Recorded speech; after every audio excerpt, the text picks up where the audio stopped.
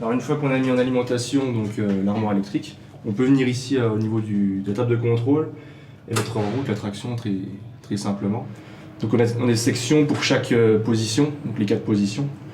Donc on doit activer une par une. Voilà. Donc là on est en mode manuel, donc c'est pas un mode de fonctionnement traditionnel, la journée c'est un mode automatique. Donc une fois que les sections sont activées, là je peux les redescendre, donc ici on peut monter ou descendre, même une chute manuelle depuis les commandes si on a envie. Donc en appuyant sur le bouton de descente, on fait descendre les 4K. Donc ils descendent à une vitesse, vous voyez, 100 cm par seconde. Donc on entend un petit peu que les véhicules se secouent un petit peu, donc ça c'est normal. Et donc en fait je les arrête manuellement à une position prédéterminée. Donc là pour l'instant je touche plus aux commandes, je passe à la partie vérification. Donc je suis une checklist, que maintenant je connais à peu près par cœur.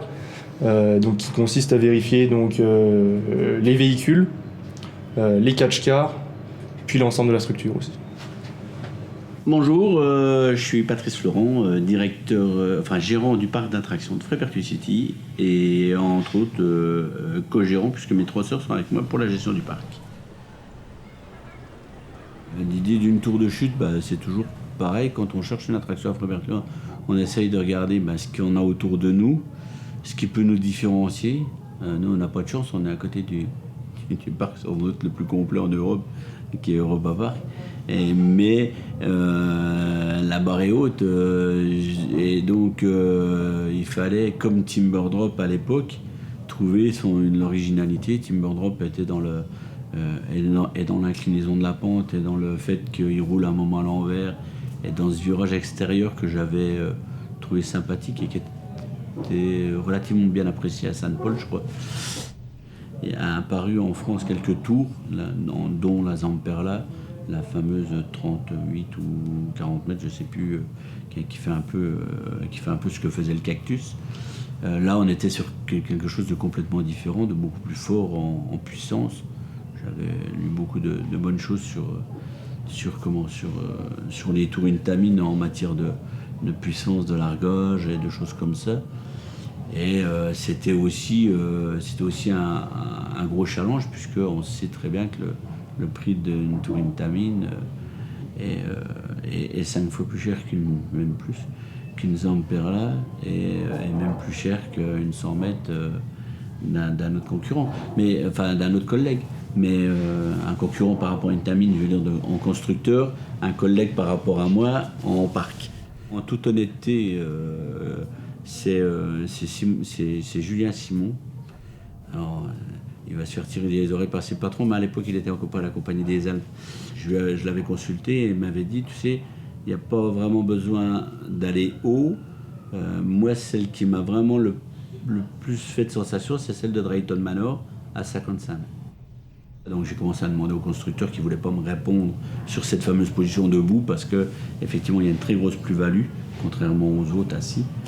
On est à plus de 200 000 € de plus-value rien que sur la position debout, donc très très cher. Donc il ne me l'avait même pas proposé. J'ai insisté en disant si, il faut ça. Et bien sûr, pour faire la différence avec Drayton Manor, il fallait qu'on aille un peu plus haut de 55. Les 66, ça allait bien puisqu'ils correspondent toujours à l'année du parc.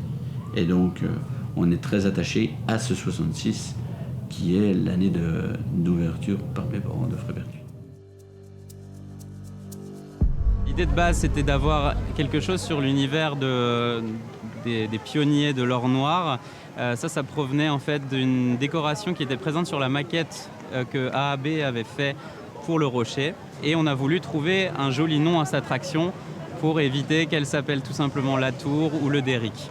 Sur Internet, on est arrivé sur cette statue-là qui avait à la fois un nom qui nous a bien sonné à l'oreille et on a continué à faire des recherches. Il y avait ce lien avec les États-Unis et ce qui a finalement fini de nous décider pour nous dire il se passe quelque chose, c'est que l'original de cette statue a été construite en 1966, une date auquel le parc tient beaucoup.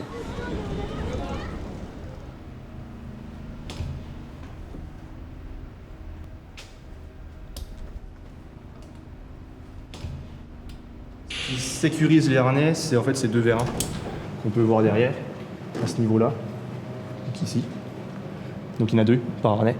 Donc c'est-à-dire qu'il y a 2 vérins plus une sangle. Alors ça, c'est des sangles traditionnelles qu'ils utilisent notamment dans le parachutisme ou ce genre d'application. Donc avec seulement ça, sans les vérins, ça tient. Donc on va pouvoir contrôler chaque vérin indépendamment et les ouvrir de manière manuelle. Donc c'est un dispositif que j'utilise tous les matins. Alors la petite complexité des vérins hydrauliques, c'est que c'est théoriquement difficile de pouvoir les vérifier. Donc pour pouvoir les vérifier, la seule manière qui existe, avant de constater une fuite, c'est tout simplement tirer dessus et voir si on n'a pas de faiblesse ou si on ne le sent pas se rétracter dans sa chambre. Donc tous les matins, je vais venir vérifier comme ça. Donc un harnais par harnais, de toutes les positions.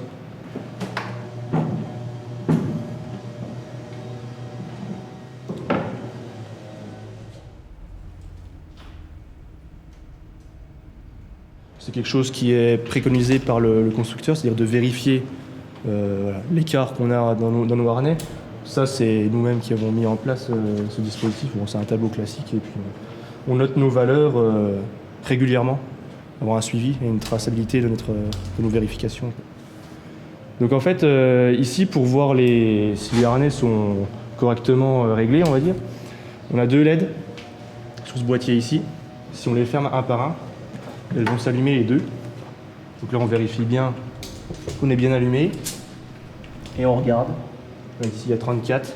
C'est pas non plus d'une précision extrême.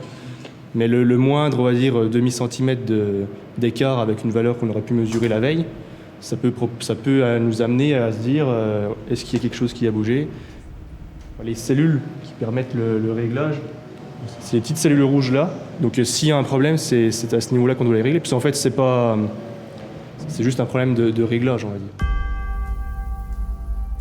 Ce qui a rendu l'investissement important dans Golden Driller, c'est parce qu'on a voulu refaire le rocher de la mine d'or à côté, qui était devenu en très mauvais état.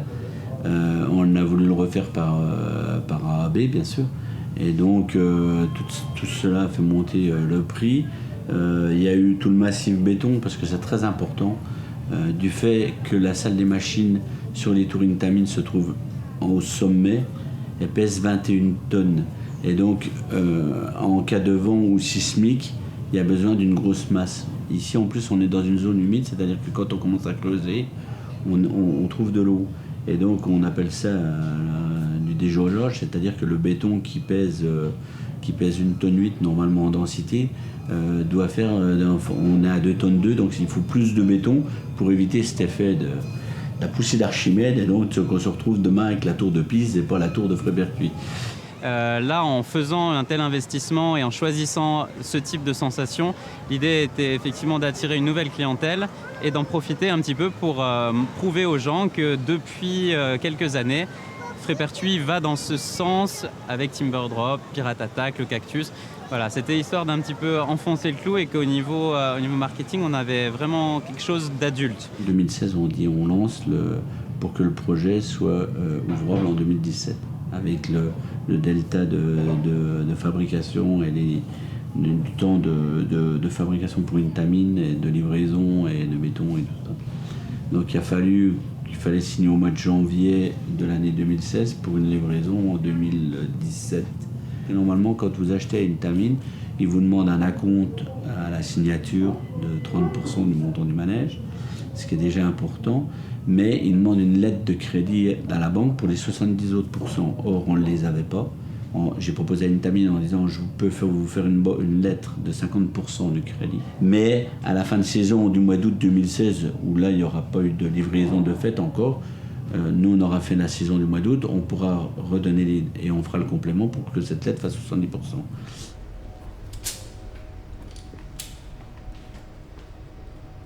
Une fois que j'ai vérifié donc, tout ce qui est système de sécurité, donc harnais, tout ça, j'ai passé, on va dire, au check des crochets de secours que je vous expliquais tout à l'heure. Un dispositif de sécurité sur batterie, donc indépendant, on va dire, de l'alimentation électrique générale de la tour, qui va venir en cas d'urgence avec une manette de contrôle, éjecter, quelle que soit la position du véhicule, pour qu'on puisse faire descendre les gens tout simplement. Donc c'est une procédure de secours qu'on vérifie tous les matins. Chaque nacelle qui donc s'incline, donc à part une seule, fonctionne de la même manière. C'est vrai qu'Intamin a fait bien à ce niveau-là, c'est-à-dire qu'il y a le même dispositif partout. Bouteille d'air, et on vient recharger à chaque départ ici. Donc ici, on a un tétillon qui vient alimenter en air. En fait, quand on lance les nacelles, on entendra, on a un pchit à chaque fois. Et pareil, on a toujours des systèmes de sécurité ici qui vont venir retenir la nacelle, quoi qu'il arrive, quand elle s'incline. Donc déjà d'une, il y a les vérins qui retiennent. Même si, admettons, il y a une fuite d'air, il y a une fuite on aura quand même une résistance mécanique.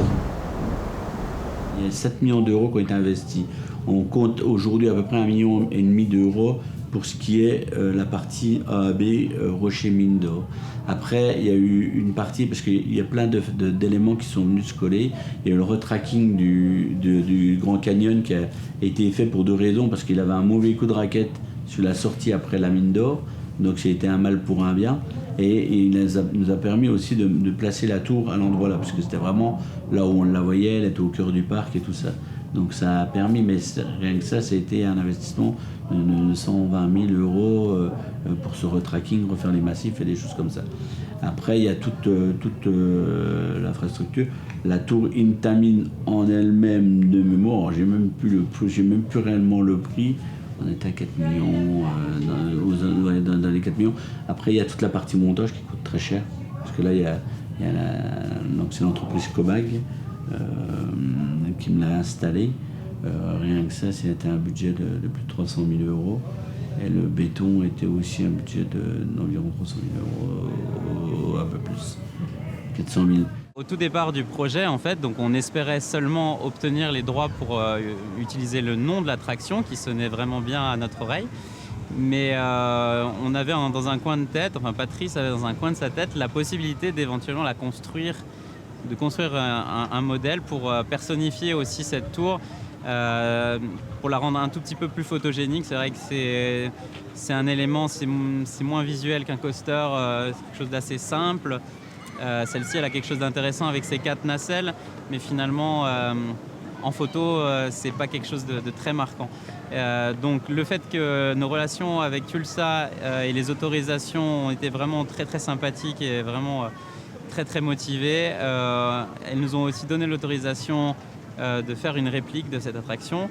Je crois savoir qu'aujourd'hui, ils sont très très fiers d'avoir en France cette version, et nous, on est assez fiers de pouvoir faire connaître un peu cette statue qui reste quand même la 3e plus haute des États-Unis. Donc elle a sa petite importance, même si avant de faire ces recherches pour ce projet, on n'en connaissait pas du tout l'existence, et je pense que la plupart des gens non plus.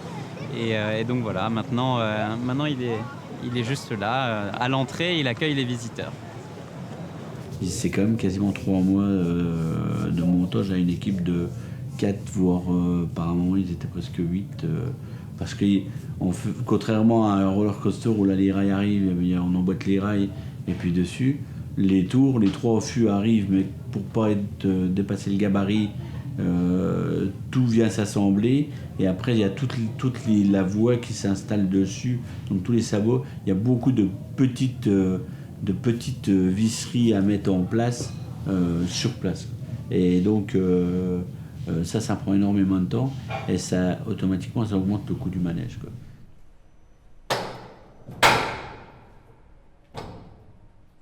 Quoi qu'il arrive, coupure de courant ou ça ne changera rien, c'est du frein magnétique. Donc en fait c'est 2 aimants concrètement, tout simplement. Donc une partie sur le catch-car, une partie donc tout au long sur on va dire une 10, 12, 13 mètres par là-dedans. Et on freine en continu, quoi qu'il arrive, qu'il y ait du courant ou qu'il n'y ait pas de courant. C'est-à-dire qu'on ne pourra jamais stopper, c'est-à-dire 0 km/h, quelque chose qui est en mouvement avec du frein magnétique. Parce qu'en fait, plus on va avoir de vitesse, plus on va créer une force, donc ça c'est technique, mais plus on aura une force grande. Donc en fait, ce qui permet par contre de stopper complètement les catch-cars, enfin les véhicules, c'est ces 2 vérins. Donc c'est des vérins, vous pouvez le voir, la taille du vérin, c'est quand même assez costaud. Ils sont mis en pression en plus avec de l'azote, et donc ça c'est pareil, qu'il y ait du courant ou qu'il n'y ait pas de courant, ils seront toujours opérationnels.